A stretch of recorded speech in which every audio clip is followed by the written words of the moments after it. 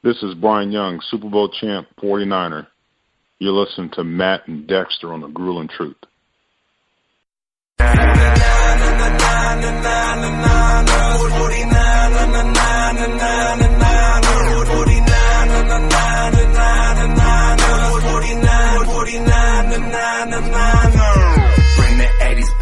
Welcome, everybody, to another edition of the 49er Weekly Show on the Grueling Truth Radio Network, brought to you by Replenishing Technologies and MyBookie.ag.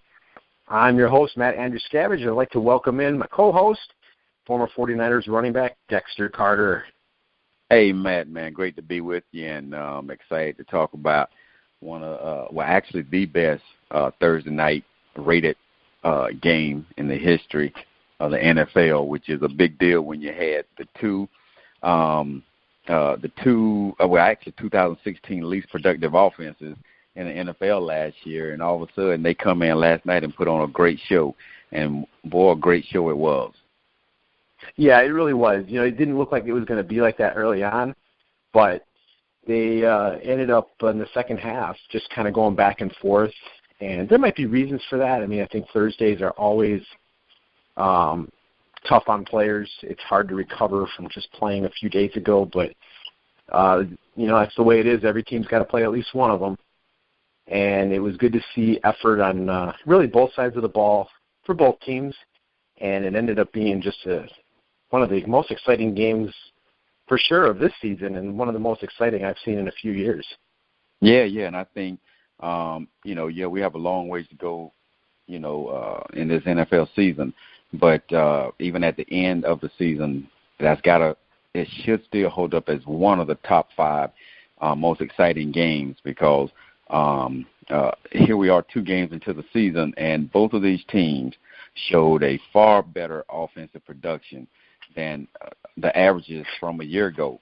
You know, San Francisco already has faced 2 of the most strong defensive units in Carolina and Seattle, units in the league. And they almost pulled off the upset last week.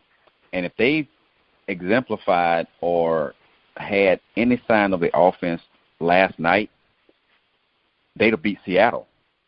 So it's definitely something we've always talked about. Look at where we're going and, trust the process. But I tell you what, last night, put aside that first pass by Hoyer, which was just, he predetermined where he was going. He didn't look. And even if he didn't look out the corner of his eye, those mustard uniforms would have told him do not throw the ball. But nonetheless, right. Boy, he came back and was efficient throughout that ball game, and was a good sign moving forward for this offensive unit. Oh, no question. That it was good to see the offense kind of come to life. Carlos Hyde, I think after last week, fans understand that he is probably the feature point of the offense. He's the cornerstone. Defenses also understand that, though. And so it was good to see Hyde get off to a pretty good start early on. He had 2 touchdowns on the day. And, at one point in the game before Hoyer kind of caught a little fire, Hyde was responsible for about 50% of the offense. But yes, I think the passing game definitely showed some flashes, and that's what we wanted to see. We wanted to see the passing game come to life. We wanted to see the 49ers get into the end zone, because they hadn't in the previous 2 games, and they found the end zone a few times last night. Yes, they did, and we had talked about the important role the preseason and prior to now on the importance that Carlos Hyde would play.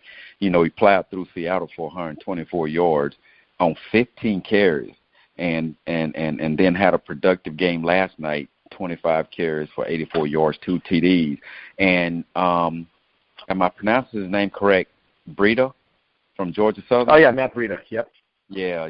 I talked to my son about him, who goes to Georgia Southern, and he showed those glimpses last night, especially in the passing game that we had seen during the preseason.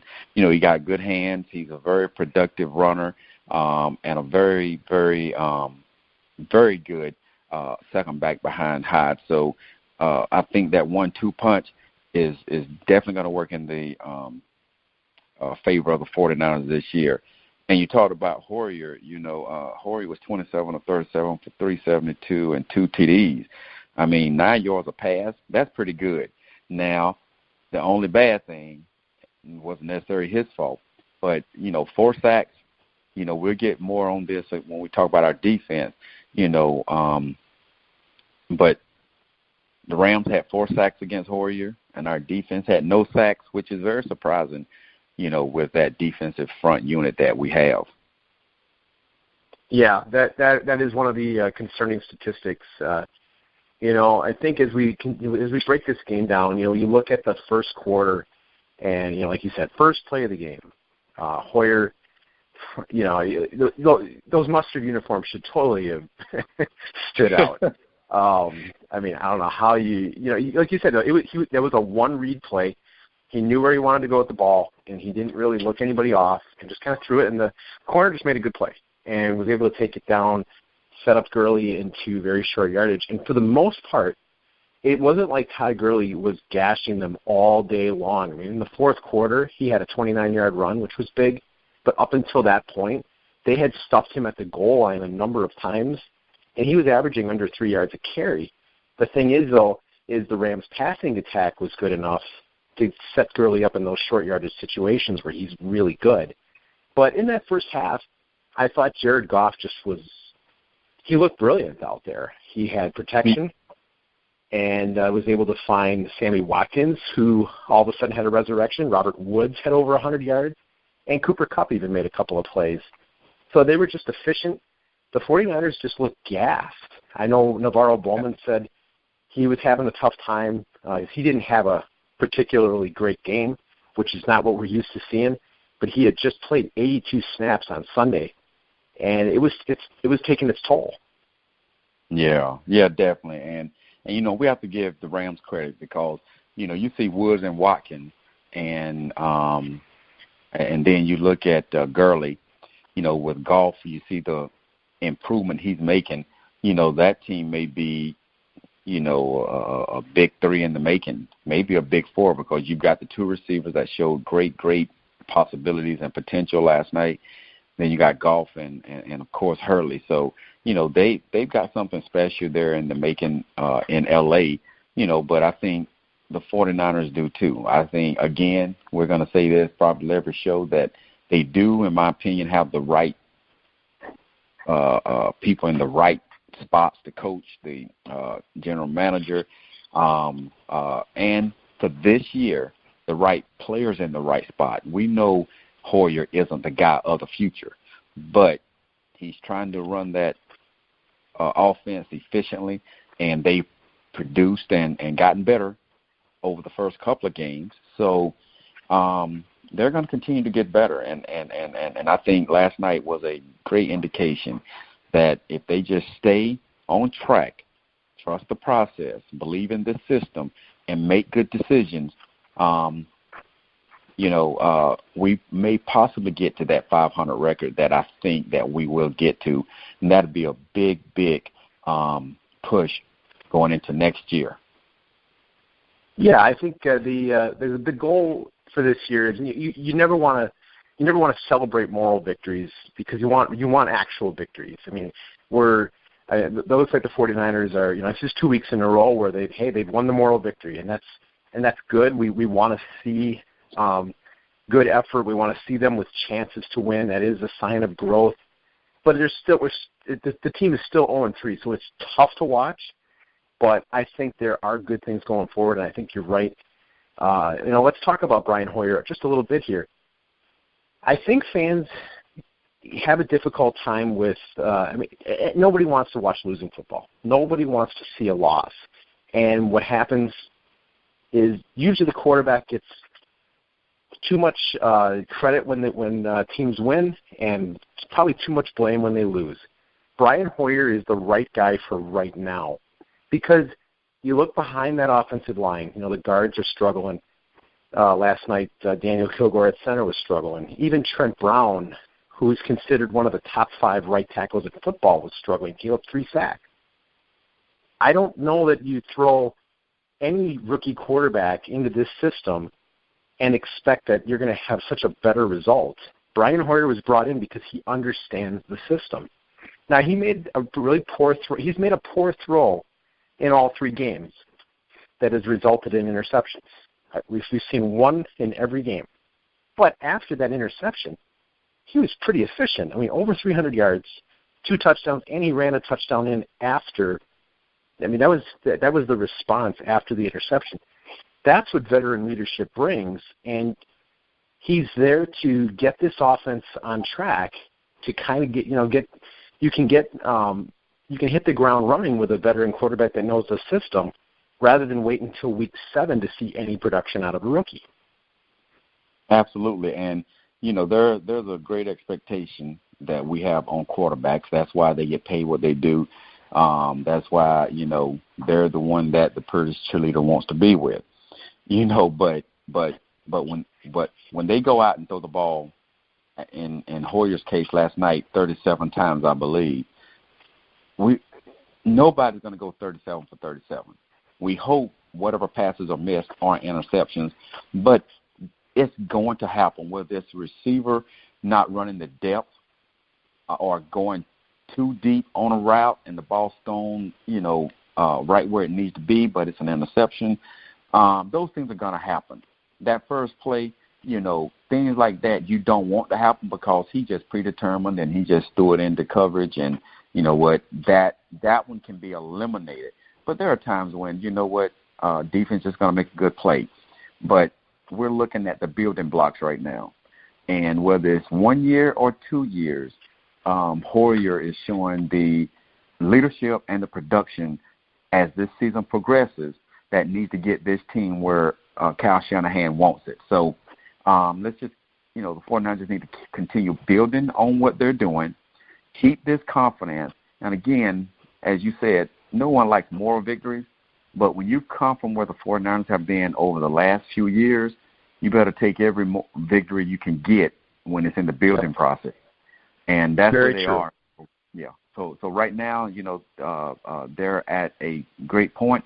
You need to get back to the drawing board, have a great week of practice, and take this momentum into this next game. No question about it. You definitely, moral victories do count for something. You want to see, at this stage, you want to see them in ball games. That is growth. That is so much better than watching them just get trounced week after week like last year. That's, the last 2 weeks are not the case. Even week 1, it was 23-3, but they were still in it for, that score got extended late in the game. One score, and all of a sudden it was 16-10 with a chance with a lot of time left in the fourth quarter. They've been in games. They've had opportunities. And, they have not capitalized like the way we want. They haven't been able to pull out the win. But this is growth. And, I just think fans should really lay off of Brian Hoyer. I don't think there was really any quarterbacks that they could have brought in that was going to do so much better. There weren't a lot of quarterbacks out there.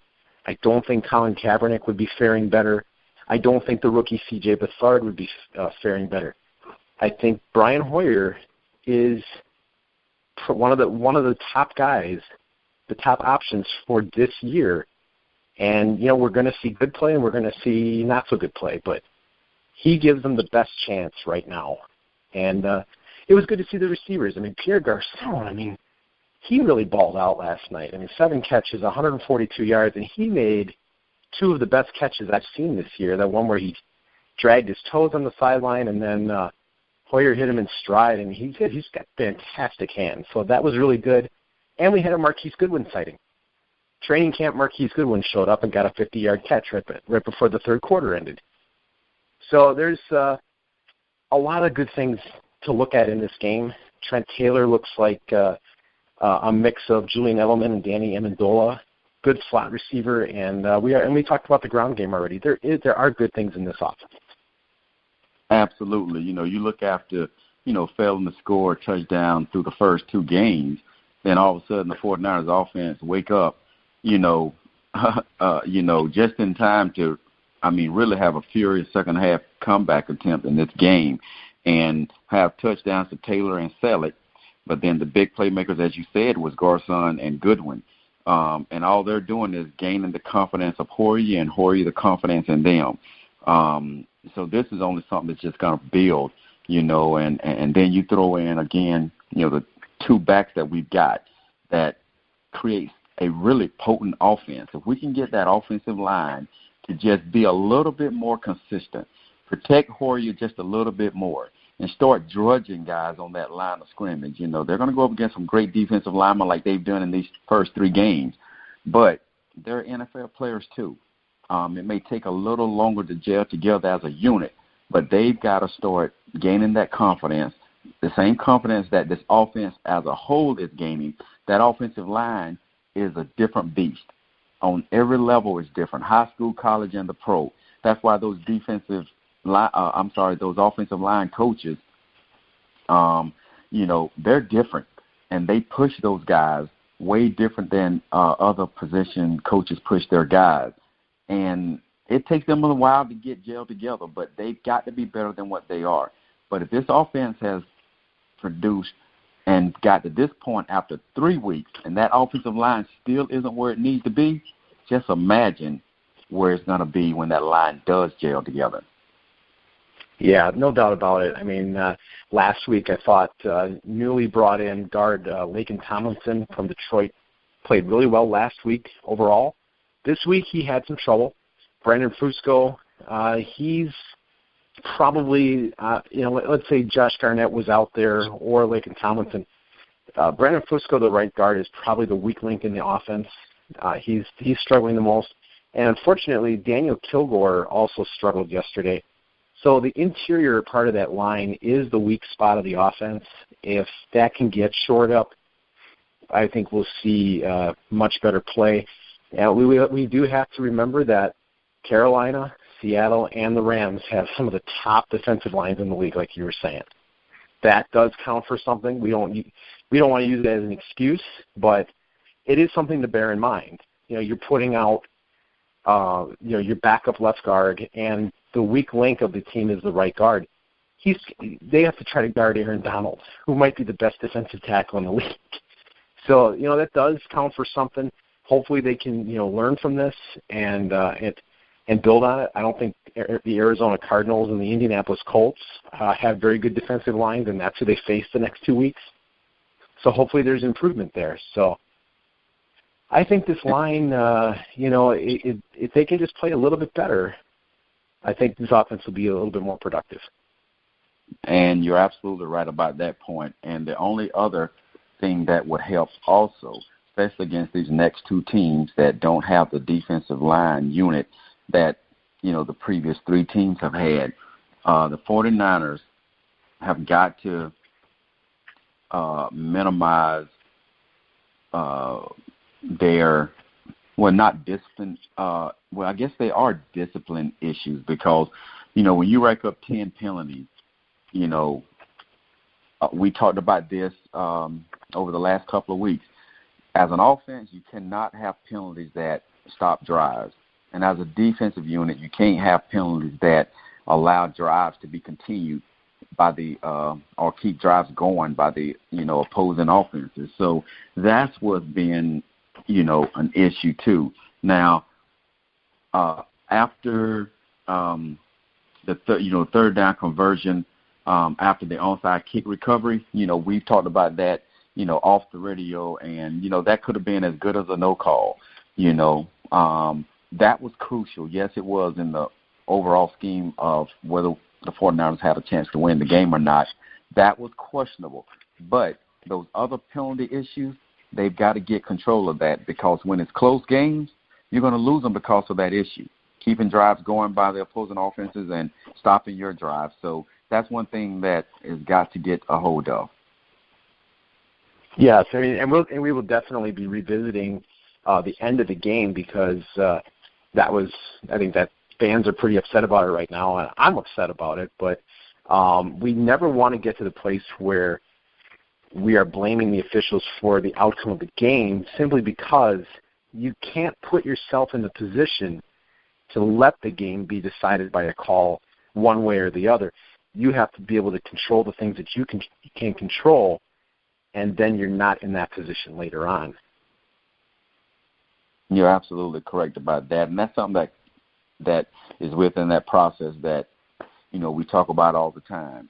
I'm sure Coach Shanahan said exactly what you just said. He showed that film and said, guys, there was many moments throughout that game that, one, we could have controlled that wouldn't have allowed that moment to dictate, that drive, So, again, we've got to be optimistic that they will fix those particular issues and situations, because that particular play itself, again, what do you tell the receiver? Not to slightly push off, when a guy engaged with him after 5 yards.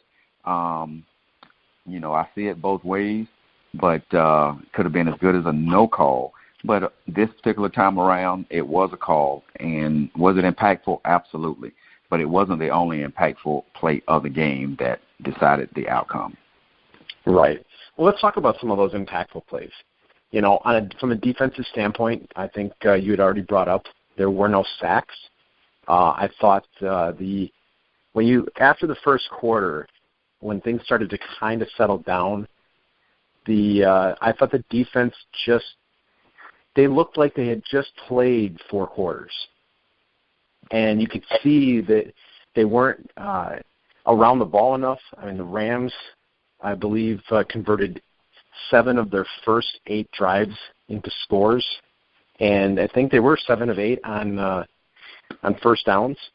Early in the game, they ended up 8 for 12, that's just too high of a percentage. You're not getting off the field. You're already gassed, and you have to stay on the field that much longer. That gets harder. There were injuries. That was big. Eric Reed was out, and then Jaquiski Tart went out with a concussion. Hope he's okay. We'll find out more on that probably today. Hank Carradine went out with an ankle injury, and he has been really big against the run. I mean, surprisingly, Hank Carradine is one of the top-rated guys in the league against the run right now, and he went out. So there were some injuries. They were tired, but the defense just did not get it done. The corners, I thought Rashard Robinson and Dante Johnson got repeatedly burned by Robert Woods and Sammy Watkins, but despite all of that, I thought the Rams really had their way with them from the second quarter through most of the third quarter. But then the tide started to turn. So Brian Hoyer is able to lead them down, and Carlos Hyde gets a touchdown. Then there's another drive where Selleck gets a touchdown. So then we saw really some unbelievable things unfold. I think we had a fumble on the kickoff, so the special teams took over. So what did you see out there? Yeah, and you're correct about that entire assessment. And I'm going to go back to the defense. And you were talking about the causes for the big plays. Now, as an offense, you want big plays. As a defense, you want to prevent big plays. And the one big impact last night, Woods and Watkins both had over 100 yards. And there were at least 3 to 4 big long plays, 30-plus yards, that were perfectly thrown by Goff. You got to give him credit. He threw some beautiful passes last night, as well as Hoyer did. But in this case, Goff threw some perfectly placed balls. You could look at it as good defensive coverage and great balls, but being thrown. But then as a defensive back, you got to figure out a way at that point to make a play. You practice all week. And you always imagine, and this is the way I teach the game to receivers and defensive backs, always imagine the other guy is equally as good and as fast as you. So when the point comes where you got to high point the ball or you got to make that play, that fingertip play, you got to be in position. Angles, balance, leverage, all that counts. Last night, the receivers for the Rams made those plays in those situations. So is it much work to be done? There's always work to be done. But when you're in that position, you got to be the one make the play and not get the play made on you.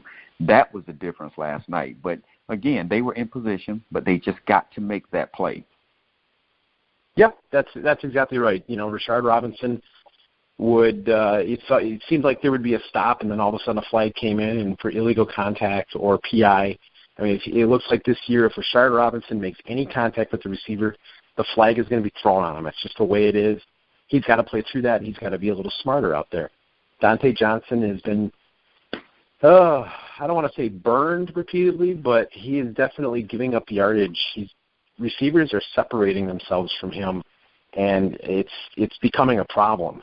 So they're going to have to look again at the cornerback situation. Both starting safeties. Tart had been starting. He went down. Reed went down. So Jimmy Ward and Lorenzo Jerome back there at safety.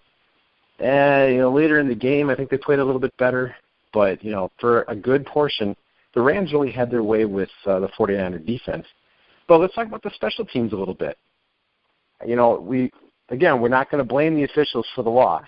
If Robbie Gould makes that extra point to make it, I believe it would have been 41 to 27 instead of 41-26. Or maybe no, I'm sorry. It would have been 34 to 27 instead of 34 to 26.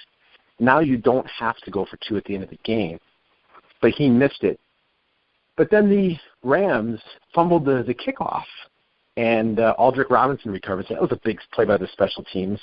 They go down and get another touchdown, and just wish they had gotten that two-point conversion. But that's where, these are things that you can control, and Robbie Gould's supposed to make an extra point. So that was a big play in the game. Yes, it was, and unfortunately, you can't take plays back, but that's one that you could, because you got to make that. We all have our skill set, we all have our responsibilities, and that's the one thing that should be, you can automatically put that point on the board. But unfortunately, it didn't happen. It's early in the season. Got to correct it, not let it happen again. But what I do hope happens again, if they're ever in a situation where they're doing an onside kick, I have to say that was one of the best onside kick executed plays that I've ever seen. I was just going to say that. Yeah, absolutely. So that was perfectly done, exceptional to teach off of. So a lot of things that they can teach from a positive perspective, a lot to teach from negative, which was, field goal, extra point. We got to make it whenever it's that close. We got to make that point. No doubt about it. To get the missed extra point, to get the fumble, and to go, and now you put it within a one-score game, and then you onside kick it. You took the words right out of my mouth. It was one of the most perfect onside kicks you will ever see in your life, no matter how much football you watch. It just doesn't get better than that. So now they get the ball with 2 minutes to go, and then so you're thinking, they're down 2 points.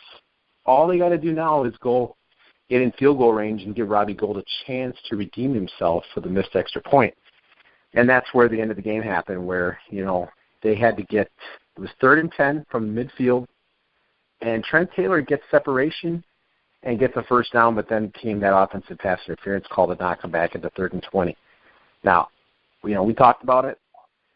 I personally think that after watching Garrett Selleck get mugged in the end zone, and it seemed like the officials were going to just kind of let them all play, for them to choose that moment to go by the letter of the law was really, really tough to watch. And, fans are upset about it. It definitely could have been the difference in the game, but you have to focus on the things that put them in that position in this kind of a game. And I think going forward, that's probably what Kyle Shanahan will tell the team. We got to look at the things that put us in this position and get better at those things and not worry about the officials. Right. And one thing as a coach you preach is take advantage of every opportunity, because every play counts. Every possession counts. Because what it does is it changes the play calls, how you call the plays, what you call. And when you don't take advantage of opportunities and situations, it dictates what play in that playbook you have to call. That we have to go for 2 points instead of a 1 point extra point. So I just think just continue to preach. when you're out there, guys, hey, every play on a drive matters. If you have an opportunity to catch a ball, catch it. If you have a chance as a defensive player to knock it down, knock it down. Because you give a team one more play or another series, you never know what's going to happen. But the one good positive thing that came out of last night for me, and I'm just going back to old school, even though we dominated the Rams back in the day, what I do like is the Rams back in L.A., and I still like the rivalry that we have. And it looks like if last night is any indication of what this rivalry is building up to be again, it's going to be nice. It's going to be a barn burner all the time. So I like that. Yeah, I think McVay versus Shanahan games are going to be really fun to watch because you got to see the creativity of both of their offensive minds. And I think you're totally right about that. The Rams 49ers, it was such a good rivalry back in the day. I mean, there was a really long stretch where I don't remember how many games in a row the Niners won over the Rams, but I mean it was a regular thing that you knew they were probably going to win.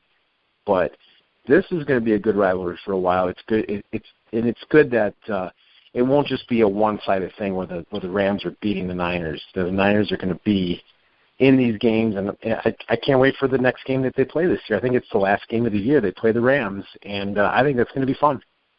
Hey, it's going to be exciting. Looking forward to it, and hopefully they both will, increase their record and have a winning season or at least 500, so the game could have meaning to their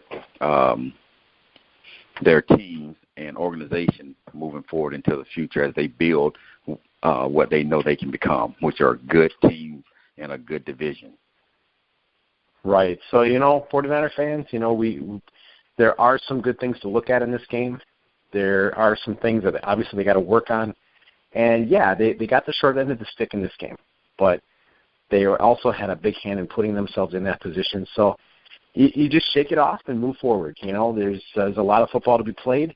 There's a lot of possibilities. There's a lot of things to watch for. Teams that end up going to win the Super Bowl, they have seasons like this, 1 or 2, 3 years before they get there, where, yeah, they might win. They go 6-10, but they had exciting games that year where players developed into really good players. And so that's what we're looking for this year. Absolutely. Sometimes it's 1 year. So be optimistic. Yes, 1 year. We like 1 year. It's all going to matter about, player evaluation, from this scouting department on the 49ers and going into the draft and making sure they get the right key players next year to join this core group this year and build, this team on the talent evaluation process. So far, so good for this 49er team. Right. Now, we're not going to do a full preview of the game because now the 49ers will have 10 days off to hopefully rest up, get guys back. It's possible that Reuben Foster, he's already out of his walking boot. He could be back as early as next week, but probably won't come back until maybe the week 5 against the Colts. Eric Reed has a PCL injury. I would guess he's going to miss the next 2 games and probably come back against the Cowboys. So, you're looking at week 6 against the Cowboys at home, because they're going to have to play 3 straight games on the road, and make that 2 games on the road. But by the time they come back home against the Cowboys, you're looking at maybe that is week 7. Maybe they are playing 3 straight on the road. I have to look at that schedule. But after that road trip, whatever it is, you're looking at the possibility of having most of the team completely healthy again. And that's going to matter. Reuben Foster out there is really going to help that defense. So, going forward next week, we'll get back with it, and we'll watch the games this weekend. We'll try to do some scouting of the Arizona Cardinals, and we'll be back with a full preview next week of the Niners at the Cardinals for week 4. But for now, all they can do is just rest up and just kind of watch and next week they'll have a good week of practice and they'll be ready for the Cardinals. That's right. Get rested up, healed up, and get some film time and rest and relaxation as best as you can based on the definition of NFL bye weeks. But what a great game to go into, these 10 days off. So hopefully they're going in optimistic, ready to work, and come back and continue to progress and build on what they've already done from last night's game. Right, no question. I mean, I don't remember the 49ers playing in a Thursday Thanksgiving game during when you played, but what's the mindset of the team and maybe for you personally when maybe you have a tough game like this where it doesn't go your way, and now you've got time to think about it, like maybe before a bye week. What do players try to do to recover and to get their mind right for the next game? Well, at this point, whether you're a rookie, if you don't know it, you'll learn it quickly how to compartmentalize things. So, there's a schedule which your own based on what the coach has set, and you make sure you don't just give that time. You got to dedicate film time on your own and position yourself to be ready, be prepared for not just the game, but there's always a daily, weekly competitive spirit because there's always somebody first team, somebody second, and third. And if you're satisfied where you are, you won't be in the NFL very long. So every aspect of a player's game, physical, mental, everything is being continuously prepared and made up during this time that we're talking about now. So they're still focused. They're preparing for this next game and just being the best that they can be so their team can be the best they can be. Right. They've got 3 days. Would you foresee that the next 3 days they just have off and they get to just kind of go home and rest and anything like that and just kind of go back to practice on Monday? Is that kind of how it worked for you back in the day? Well, they will, with it being off, they may have this, let's see, they'll be in today, and then Saturday and Sunday and Monday they may have off. And Tuesday is usually the day off in the league anyway. So they could have 3 or 4 days straight off, but you'll still have guys coming to the facility doing exactly what I said earlier. But there comes a point where next week they're going to have at least 3 days of practice next week, and then they may have a couple of days off, and then they get back into the normal routine where Tuesday of the following week they'll have off, and then Wednesday, Thursday, Friday they'll get back into their normal routine. Sure.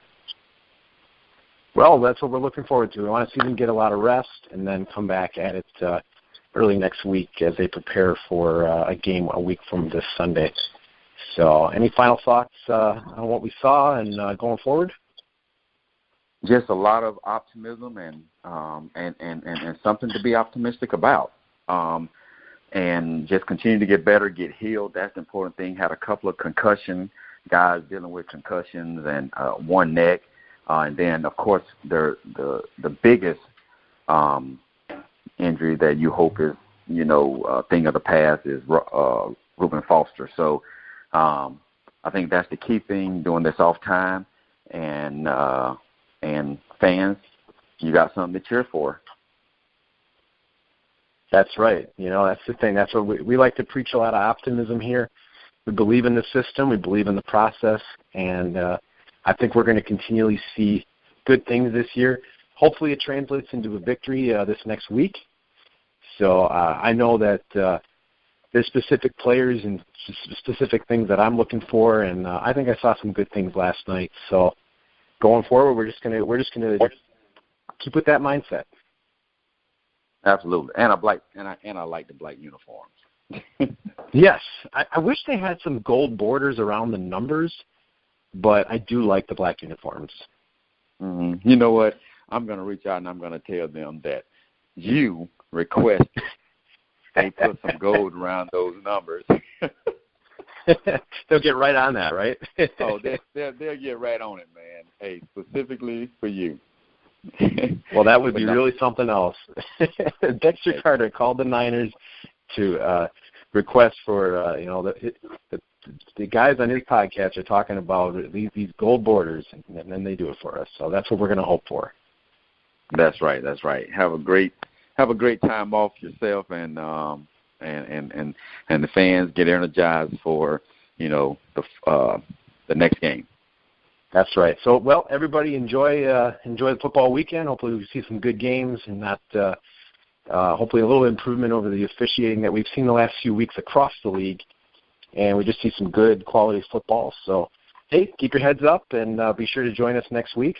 So for Dexter Carter, I'm Matt Andruscavage. You've been listening to the 49er Weekly Show on the Grueling Truth Radio Network, where the legends speak.